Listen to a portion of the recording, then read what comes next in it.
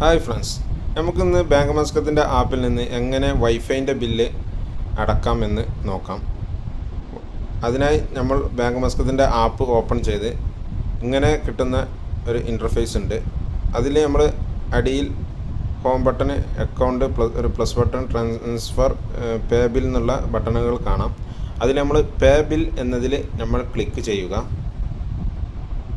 അതിലേക്ക് പോകുന്നതിന് മുമ്പായിട്ടൊരു കാര്യം പറയട്ടെ. നിങ്ങൾ എൻ്റെ ചാനൽ സബ്സ്ക്രൈബ് ചെയ്ത് ഷെയർ ചെയ്ത് സപ്പോർട്ട് ചെയ്യണം. ഒപ്പം ബെല്ലൈക്കൺ അമർത്തി ഓൾ എന്ന് പ്രസ് ചെയ്ത് വെക്കുക. അപ്പോൾ ഞാൻ ചെയ്യുന്ന എല്ലാ വീഡിയോയും നിങ്ങളിലേക്ക് എത്തുന്നതാണ്.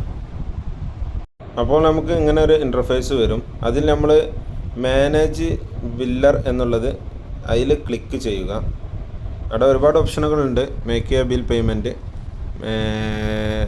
ആഡ് ചെയ്യാൻ ന്യൂ ബില്ലർ, മാനേജ് ബില്ലർ എന്നൊക്കെ ഉണ്ട്. പിന്നെ അടിയിലും വേറെ ഒരുപാട് ഈ പേയ്മെൻറ്റ് ഹിസ്റ്ററി ഇങ്ങനെയൊക്കെ കാണാം. ഇതിൽ നമ്മൾ ക്ലിക്ക് ചെയ്യേണ്ടത് മാനേജ് ബില്ലർ എന്നുള്ളതിൽ നമ്മൾ ക്ലിക്ക് ചെയ്താൽ നമ്മൾ വേറൊരു പേജിലോട്ട് എത്തും.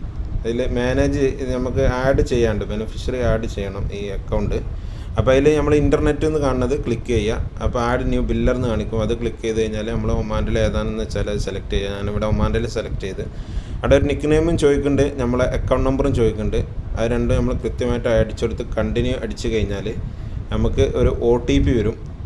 ആ OTP നമ്മൾ അടിച്ച് കൺഫേം കൊടുത്താൽ നമുക്ക് അത് ആഡായി എന്നുള്ളൊരു മെസ്സേജ് നമ്മൾ ബാങ്ക് മസ്കത്തിൻ്റെ ആപ്പിൽ ഏത് നമ്പറിലാണോ ചെയ്തത് അതിൽ ഒരു മെസ്സേജ് വരും. അപ്പോൾ അത് ആഡ് ആവുന്നതാണ്. അതിനുശേഷം നമ്മൾ ബാക്ക് വന്ന് മേക്ക് എ ബിൽ പേയ്മെൻറ്റ് എന്നുള്ളതിൽ ക്ലിക്ക് ചെയ്ത് നമുക്ക് പേ ചെയ്യാൻ പറ്റും.